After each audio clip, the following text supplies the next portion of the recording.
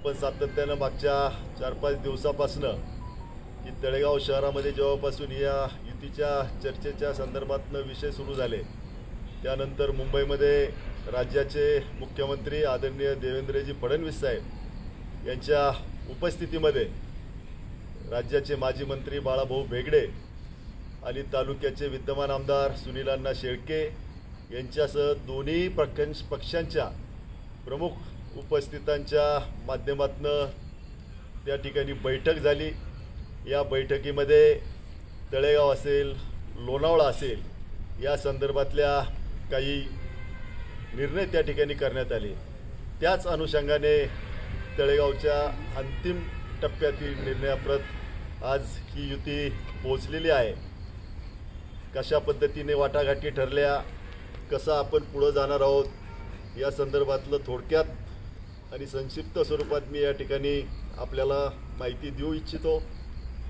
2 दिवसापूर्वी आम्ही युतीची चर्चा चालू असताना राष्ट्रवादी काँग्रेस पक्ष म्हणून स्वतंत्र प्रेस त्या ठिकाणी घेऊन 9 उमेदवार आम्ही परवा दिवशी जाहीर केलेले होते आणि दुसऱ्या टप्प्यातले काही उमेदवार आज राष्ट्रवादी काँग्रेस पक्षाचे या ठिकाणी जाहीर होतील। त्याचबरोबर भारतीय जनता 28 जागा आहेत आणि नगराध्यक्षपदाची 1 जागा आहे। 28 जागांपैकी 17 जागा या राष्ट्रवादी काँग्रेस पार्टीसाठी आहेत। त्या घड्याळ या चिन्हावरती आम्ही लढवणार आहोत। त्याचप्रमाणे 11 जागा या भारतीय जनता पक्षासाठी आहेत। त्या कमळ या चिन्हावरती आपण लढवणार आहोत। त्याचबरोबर नगराध्यक्षपदाचा जो कालावधी आपला 5 वर्षाचा आहे तो 2 राष्ट्रवादी काँग्रेस पार्टी आणि भारतीय जनता पक्ष या दोन्ही पक्षाच्या वेगवेगळ्या कार्यकर्त्यांना त्या ठिकाणी 2.5 वर्ष 2 नगराध्यक्ष आपण शहरासाठी करणार आहोत। त्यातला पहिला नगराध्यक्ष म्हणून भारतीय जनता पक्षाचे संतोषजी दाभाडे यांना आपण घोषित केलेला आहे। तसेच त्यांचा कालावधी 2.5 वर्षाचा राहील आणि पुढील 2.5 वर्षासाठी राष्ट्रवादी काँग्रेस पक्षाचे गणेशजी काकडे यांच्यासाठी आपण तो कालावधी त्या ठिकाणी केलेला आहे। असा 5 वर्षाचा कार्यकाल आपला नगराध्यक्षाचा राहील।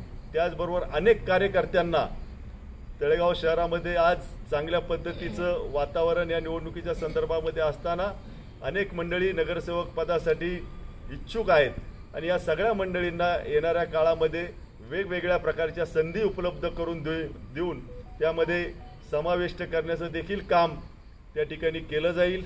मी पुनश्च एकदा महायुतीचे युतीचे आमचे जे सहकारी आहेत त्यांचं देखील मनापासून या ठिकाणी अभिनंदन करतो की गेले 40 दिवस या चर्चा वेगवेगळ्या मोडमध्ये सुरू होत्या, परंतु सगळ्यांच्या मनामध्ये हे शहर पुढे नेण्याच्या संदर्भातली भावना त्या ठिकाणी होती आणि त्याच भावनेचा आदर दोन्ही पक्षातील सर्व प्रमुख मंडळींनी केला आणि त्याचा परिणाम आपल्याला उद्याच्या निवडणुकीच्या माध्यमातून शहरासमोर जात असताना आपल्याला पाहायला मिळेल।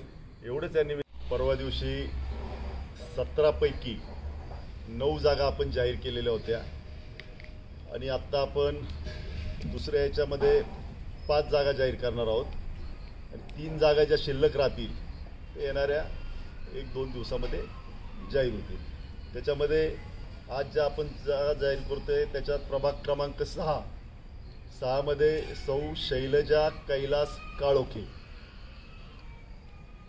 या उमेदवार असतील।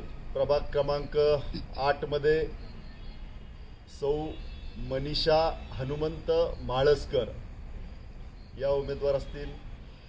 प्रभाग क्रमांक 10 यामध्ये श्री मजनू हनुमंत नाटेकर हे उमेदवार असतील। प्रभाग क्रमांक 11 यामध्ये श्रीमती कमल नामदेव टकले या उमेदवार आहेत आणि प्रभाग क्रमांक 12 मध्ये सौ सोनाली गौरव दरेकर असे परवा जाहीर केलेले 9, आत्ता जाहीर केलेले 5 असे एकूण 14 उमेदवार आत्तापर्यंत राष्ट्रवादी काँग्रेस पक्षाने जाहीर केलेले आहेत। प्रभाग क्रमांक 7, प्रभाग क्रमांक 8 आणि प्रभाग क्रमांक 9 यामधली प्रत्येकी एक अशा 3 जागा ज्या शिल्लक आहेत ते उद्या किंवा जास्तीत जास्त उद्या संध्याकाळपर्यंत आम्ही जाहीर करू. आमदार सुनीलजी शेळके आणि राष्ट्रवादी काँग्रेसचा देखील बंधनकारकच असावा, कारण आम्ही सगळेजण त्या ठिकाणी राज्यात महायुती म्हणून कार्यरत आहोत. हा विषय आल्यानंतर सुनीलजी शेळके यांनी की मला देखील त्या ठिकाणी माझी राष्ट्रवादी काँग्रेसची कोर कमिटी आहे, राष्ट्रवादी काँग्रेसचे नेते मंडळी आहेत, अजितदादा आहेत, यांना त्या ठिकाणी उत्तरे द्यावी लागतील. त्यांनी एक नवीन समस्या किंवा नवीन प्रश्न त्या ठिकाणी मांडला की मुख्यमंत्री साहेब, मी पहिले 2.5 वर्ष तळेगावमध्ये भारतीय जनता पक्षाच्या कमळ चिन्हाला मान्यता तुमच्या सांगण्यावरून देत असेल तर लोणावळा या ठिकाणी मला घड्याळ चिन्हावरती पहिल्या 2.5 वर्षाची लढवण्यासाठी मान्यता मिळावी, अशा प्रकारची त्यांनी त्या ठिकाणी मागणी केली. ती मागणी केल्यानंतर देवेंद्रजींनी बाळाभाऊंकडे पाहिल्यानंतर बाळाभाऊंनी सांगितलं की मला तिथल्या स्थानिक ज्या कार्यकर्त्यांशी मी अजून बोललेलो नाही.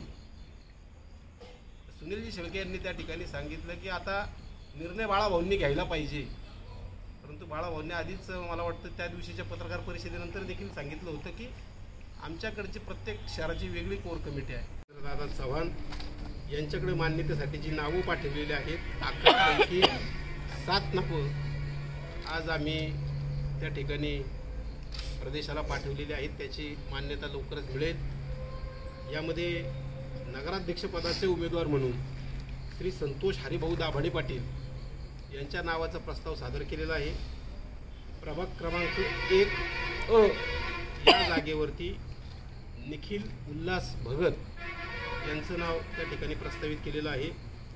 प्रभाग क्रमांक 2 मध्ये विभावरी रवींद्रनाथ दाभाडे यांचं नाव प्रस्तावित केलेलं आहे.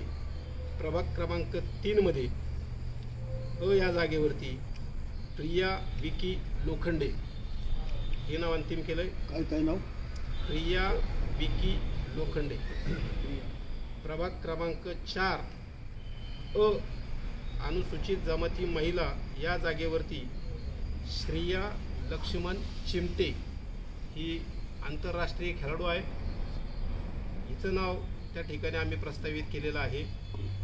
प्रभाग क्रमांक 6 या जागेवरती आमच्या शहराचे भारतीय जनता पार्टीचे अध्यक्ष चिराग सुरेश शेठ खांडगे यांचं नाव अंतिम प्रस्तावात पाठवलेलं आहे. प्रभाग क्रमांक 11 या जागेवरती भारतीय जनता पक्षाचे नेते आमचे ज्येष्ठ नगरसेवक राहिलेले इंद्रकुमार राजमल ओसवाल यांचं नाव प्रस्तावित केलं आहे. तर प्रभाग क्रमांक 12 मध्ये या ठिकाणी विनोद अशोक भेगडे हे आमचे युवा नेते जे महाराष्ट्र प्रदेशावरती युवा मोर्चाचे पदाधिकारी म्हणून काम करत आहेत. या 7 सदस्यपदासाठी आणि 1 नगराध्यक्षपदासाठीचं नाव आज आम्ही प्रदेशाच्या मान्यतेसाठी पाठवलेलं आहे. त्याची मान्यता येताच त्याच्या अधिकृत घोषणा ही प्रदेश स्तरावरूनच त्या ठिकाणी होणार आहे. आपल्या माहितीसाठी ही सगळी नावं